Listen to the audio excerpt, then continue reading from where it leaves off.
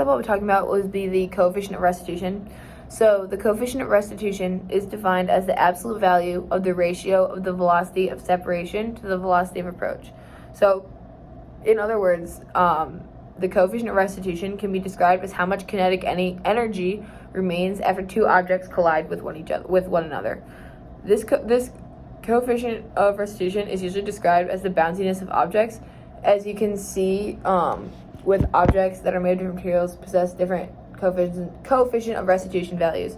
So this is most obviously seen with, again, surfaces like grass or grass versus turf. You see how objects, specifically like soccer balls,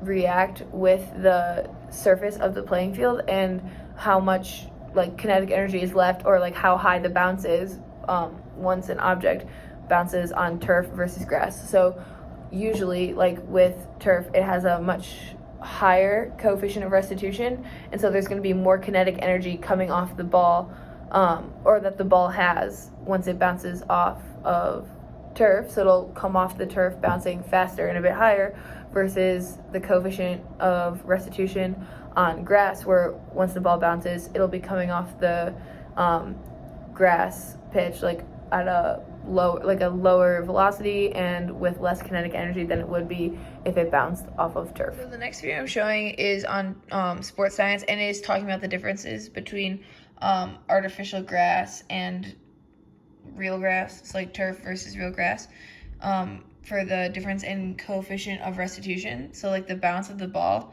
And so it actually does talk about the coefficient of restitution in this section.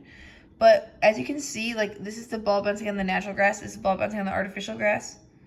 The ball comes off the grass at like a much higher speed, and like it just even like a higher speed, and it bounces higher, which it causes a huge difference in how the game is played, and it can impact like the speed of play, but also like timing of play. So like the timing it takes like to take a shot, to make a save, all that stuff.